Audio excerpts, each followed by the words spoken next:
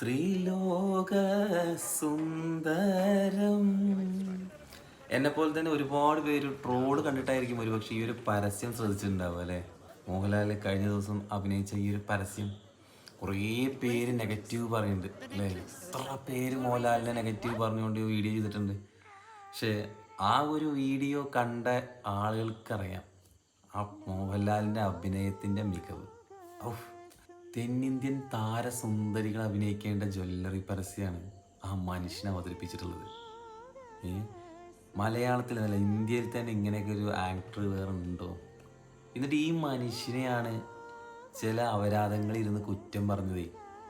ആ ഒരു മനുഷ്യൻ്റെ കഴിവ് അതൊന്ന് കാണി മക്കളെ.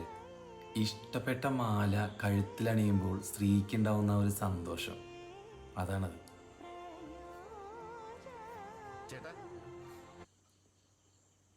മൊത്തല് പരിപാടി ഇതൊക്കെ എങ്ങനെ അംഗീകരിക്കാൻ കഴിയല്ലേ. ട്രോളിയവരോടൊക്കെ നല്ല നമസ്കാരം.